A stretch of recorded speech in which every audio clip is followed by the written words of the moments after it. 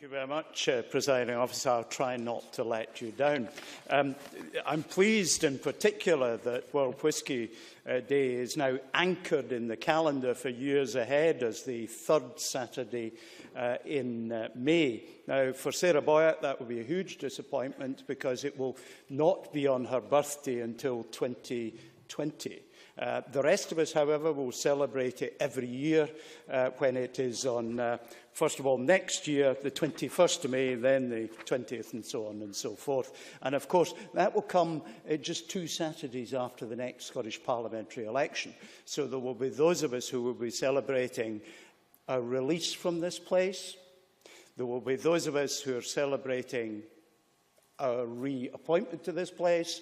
And there may be those of us who are celebrating their departure with less than a glad spirit. But we'll all have an excuse to taste one of Scotland's finest materials. Now, Mary Scanlon talked about Bill Walker's Act of Parliament, trivial by comparison with the 1915 Immature Spirits Act that my father's cousin James Stevenson took through the Westminster Parliament, which, of course, is what is responsible for why whisky is not permitted to be sold under 3 years old, which, of course, created the quality that we depend on our industry today. Let me, like others, congratulate Kevin Stewart on securing this debate. It's timely, it's appropriate, it's interesting, and I will go away having learned something. Mary Scanlon spoke about Islay and the distilleries there. I'm a private pilot, and I'll just tell you one of the things about flying to Islay is that all the distilleries have the name of the distillery painted in huge letters on the roof of the distilleries. And air traffic control at the airport at Islay navigate you to the airport by reference to the names of the distilleries on the basis you can look out the window and see that you're at the right one. So it's of help to many people who have to be stone-cold sober in what they do. Now, Kevin Stewart talked about Antarctica, but he didn't tell you the whole story. There were actually 2 events on Antarctica itself. One at Davis Station. Like the other one, it's one of the few places in the world without a postcode. And on the 16th of May, between 7 o'clock and 10 o'clock, the expedition team celebrated World Whisky Day by hosting a whisky appreciation evening, sampling a variety of whiskies from the personal collections of the wintering expedition team.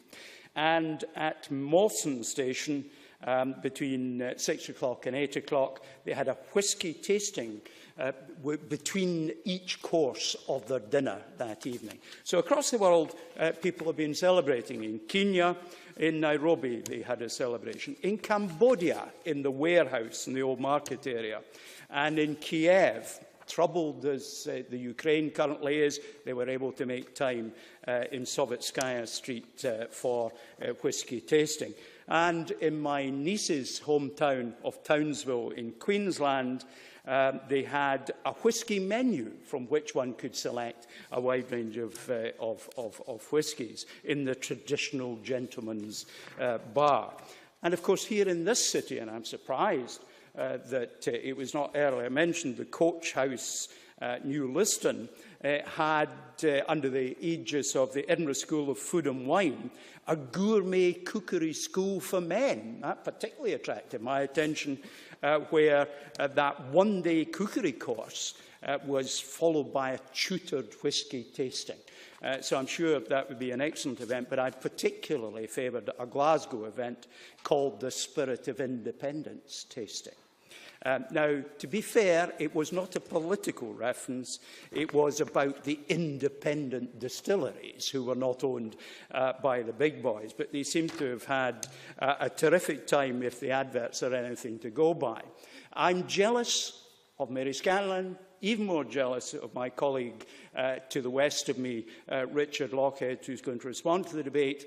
But I certainly celebrated World Whisky Day on Saturday with a refreshing draught of Knock from the distillery at Knock. I welcomed the constituency boundary changes in 2011, gave me that distillery to add to the couple I already had.